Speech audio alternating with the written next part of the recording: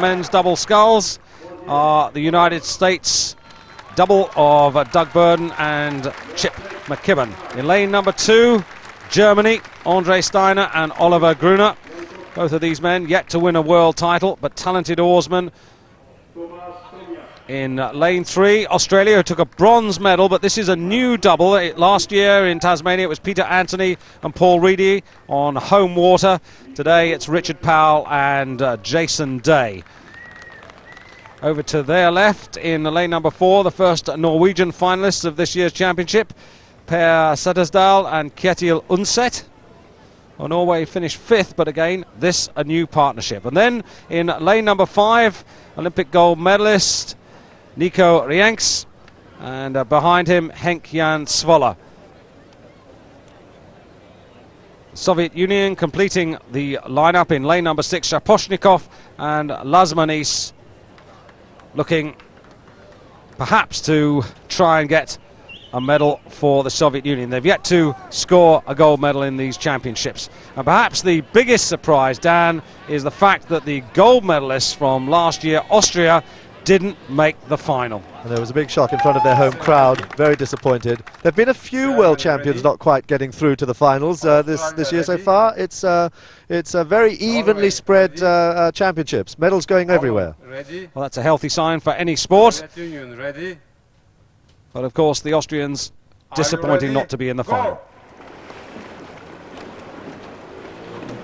Quick starters, the Australians in the middle. Big long men, those two West Germans, very long in the arms and legs. Rienks going very well now. His former partner Ronald Florens is in the quad this year, but his new partner Henk-Jan Zwolle going very well indeed. The Russians were second in Lucerne. Young men, young new double, and moving very powerfully here. Boat bouncing quite a bit. You can see the boat bouncing. So that's losing them a bit of pace early on, which they could do without. But at the moment, the Australians out in front, got away quickly in this tailwind. The Germans too, and they lead the field. The Americans on this side already at the back. And there is Nico Rienks, very experienced sculler, man of tremendous power and a very good technician. The Dutch are always good technicians. They always pay a lot of attention to technique. And look at this boat moving beautifully through the water. Taking a quick look around. They're sitting now in 3rd place. Just want to make sure that they're well in the field as they come up to the 500-metre mark. Two tall boys, those Dutchmen. Henk 197, Nico 196. They get a lot of leverage. But it's the Australians who've had the early lead, and they've still got it as we take a look at the American pair. Doug Burden and Chip McBean, closest to camera now.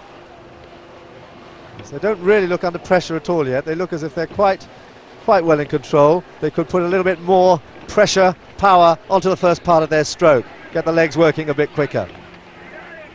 They have a lot to do there, a lot to do sitting in lane 1. Quite a bounce in the boat and quite a bit of a bounce on the water too. Strong tailwind, pushing the crews along. They have to be very quick onto the catches, very quick and effective technicians to be effective in this difficult tailwind. Oh, lost a little bit of a finish there on their right sculls. You see the water being thrown up. That's going to lose them pace over the course. And they're in 6th place as the Australians still have the lead. Well, it's the Dutch who are coming, isn't it? Look at the Dutch now. They're moving. This is where they're going to move. The second 500. The Australians got away quickly, but they can't hold the length and effectiveness of that Dutch double.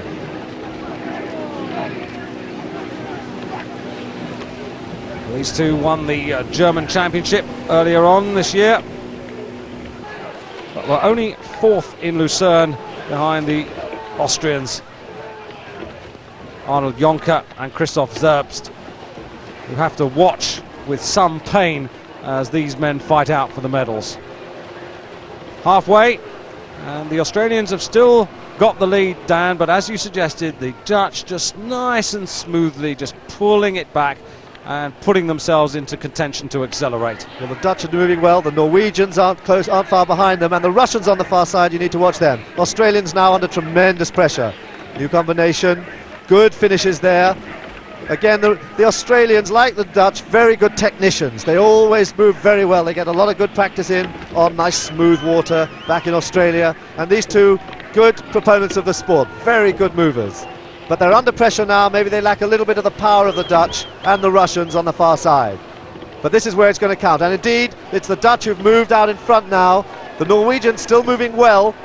The Norwegians in third position at the moment. The Australians holding on to it, but beginning to lose their legs a bit, the Australians. Quite short forward, and that's going to pay. That's not going to help them as the crews wind up for the last 500 metres. There are the Norwegians. Young double. Good length, good compression. Have they got the power in the last 500 metres when the big Russians start to attack them? The Russians who are second in Lucerne, Russians are coming now, but it's the Dutch who are moving out in front.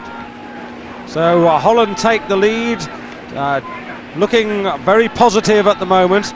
The Australians have still got second place, although the Norwegians are pressuring, and ominously on the far side you can see the Soviet Union still in contention. Now look at the Norwegians as we go through 1,500 metres. They are about half a length down. You can see the run on the bows of the Dutch boat. That's why they're winning. Their boat is running beautifully compared to the others. All the others are checking a little bit. Too much power, mistimed power at the catch. But there, they look, they know, and they're out in front. Just watch the way their bows are running there at the catch. Just before the catch, their boat runs, the others check. The catches are so accurate, they really do pick it up perfectly at the catch. But the Russians have the power, the Norwegians are still there, Norwegians in second place, but the Russians have the power. Can the Norwegians hold them off for the silver medal? No one looks likely to catch the Dutch. On the near side, the Germans are making a late push.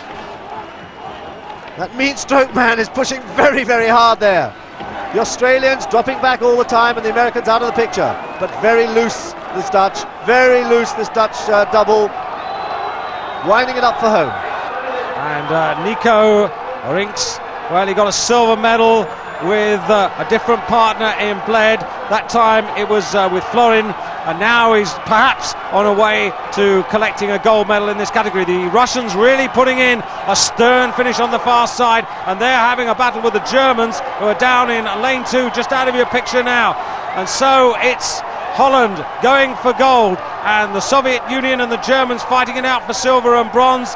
And I think it's the Soviet Union who've got the better of that battle. Yes, they have. They take the silver, and Germany get the bronze. And in fourth place, the Norwegians just couldn't hold second place in the final 500, gave way to finish fourth. The Australians in fifth place, with the United States sixth. But he's quite a talent, Nico Rienks, and he adds another piece of metal to his collection. Yes, wonderful talent, and beautiful to see the boat moving so well.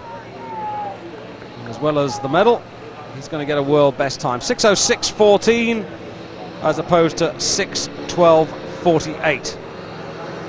The Dutch in second place for the first 1,000, but they commanded the second 1,000 and really did that majestically. The Soviet Union, fourth for much of the way, moved up in the final 500 to take the silver medal. Germany, who were third, fourth and fifth in the first three quarters, finally just grabbing the bronze medal from the Norwegians, who faded. Presenting the medals on this occasion, Peter Coney, treasurer for FISA, and of course chairman of Henley Royal Regatta.